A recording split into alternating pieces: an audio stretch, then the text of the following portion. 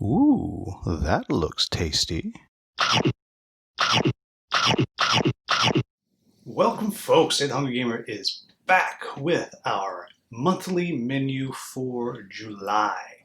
Now, as always, I'm joined by Beatrice, the board game dog, and you will notice that she did actually get the haircut, and I only managed to trim down the beard. I still have this incredibly long, untamed shock of now 70s style hair. But as always, Beatrice is very happy to be here. As you can see, she's thrilled, and she's going to go back and go to sleep in the corner.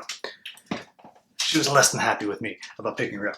So I'm going to add another segment to my monthly menu this month because, being the second month, I can kind of report back a little bit on how did I do with the things I said I was going to play and I was excited about playing this month, last month. So the first thing that I said I was excited to try out is Spell Saga, which is right here. Right here. So, how did I do? Not well. I did break it out. I did try it. I got a little confused with the rules, and I just had to get some clarification, and I just haven't gotten back to it yet. So, not a great start. Then I had Merchant's Cove, which is actually right over there, off camera. And yes, I did. I got to actually do a game via Zoom where I set the board and I played both with Drake and Carl, two of the designers of the game, and that was a blast, even if Drake is a dirty cheater and beat us both as the blacksmith. The next one was Dungeon Alliance. And I was super excited because I was starting a cross-channel playthrough with Barrett and Meet Me at the Table.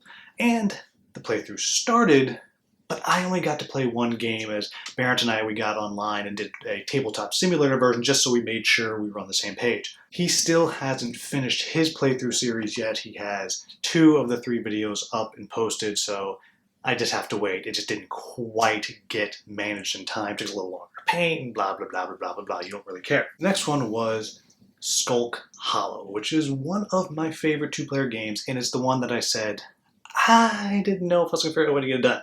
I didn't play it at all, didn't even get a chance to offer to play it with anybody. Still love it, but didn't get a shot. The next one was Cleos, which is actually right here, and I did get to play a fair amount of that. The review is up. I just filmed a solo video of it, and really I had a good time with that. Got a good amount of plays in of that.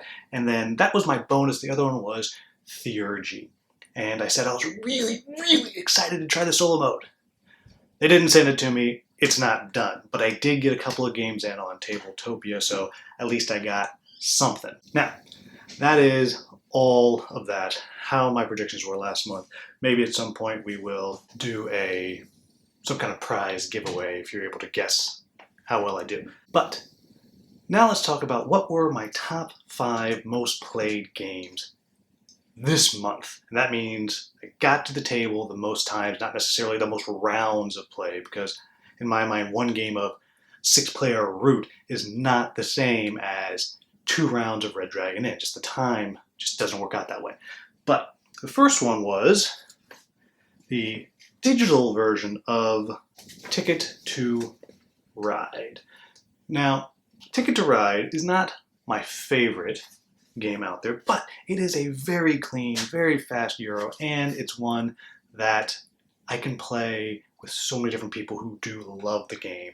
And I will admit, I am including all the different variants of Ticket to Ride into one. So Ticket to Ride Digital came in pretty high on the list of games that hit the table. The next one is courtesy of our friends over at One Stop Co-op Shop, and Michael Kelly there, I'm going to say main reviewer. I don't know if he's the best reviewer or even the nicest reviewer over there, but he's probably the main one. I see his face the most. He was nice enough to send me his copy of Proving Ground so I could check it out. And I really, really am enjoying this one. I actually play it with my wife. We kind of just trade off back and forth and just kind of doing the dice rolling and figuring out what it is that we want to do. And really, it's a fun, quick solo player game.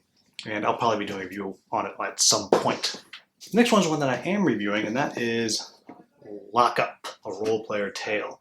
This has no connection to role-player no connection to role-player adventures other than the world. I did try to pitch the brand manager, Tim, that really what it should be is whoever gets released of this lockup, you get to fight them in role-player adventures, because that would be really cool. And they could even tie cartographers into it, right? You do cartographers and you create the world, and you actually have to play within that world, and then you do your role-player to create your heroes, your role-player adventures, you're doing that. Then you have to go and you play this game, then you take whoever wins this game, you actually have to fight them in the arena. I thought it'd be great. Anyhow, point being, I got to play this a few times solo. I got to play once with my wife. I got to play online with Mike of One Stop Co-op Shop and Tim, the Thunderworks brand manager. And I've been enjoying this and looking forward to playing this a few more times and getting the review out for it. Next one, I don't have here to show you because I've been playing it online. Right before lockdown happened, my buddy Streamline Matt, he's like, you know, I got a copy of this game. We need 4 or 5 of us to play. Let's do it. Let's schedule it. It's a legacy. It's going to be great. Boom, lockdown. Well, luckily, someone ported it onto Tabletop Simulator. And so every Tuesday for the past 3 weeks, we've been getting together doing 1 or 2 sessions, and that is the King's Dilemma. Now, this game just tickles my fancy so much because you're playing it. It's not, I don't even care if I win.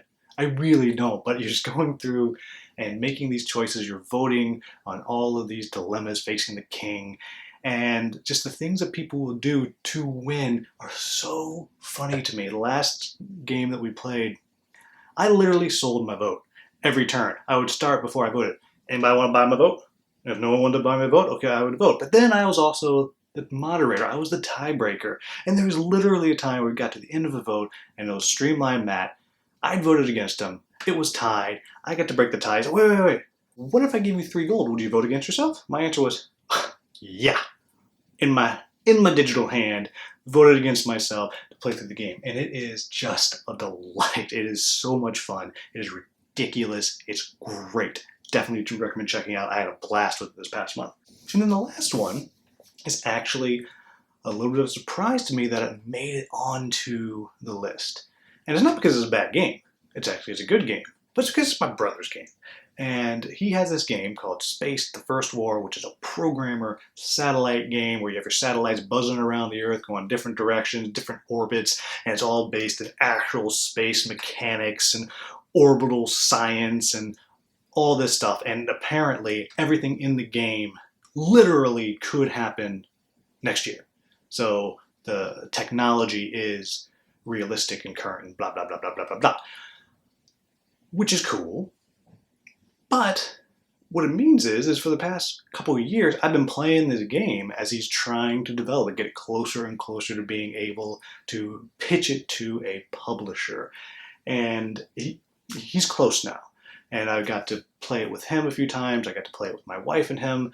I got to play it with another designer via Tabletop Simulator. It's all there. So I've actually really enjoyed it, seeing it come from a game that was interesting and kind of cool to an actual game that I think really has something to it. And I will just also do a pause there. If you want to try it, there will be an email down in the description, and you can get in touch and set up a time to demo the game. If you're a publisher, same thing. I can't imagine many publishers are watching this, but if you are, and you're looking for a space programmer combat game, I know a guy.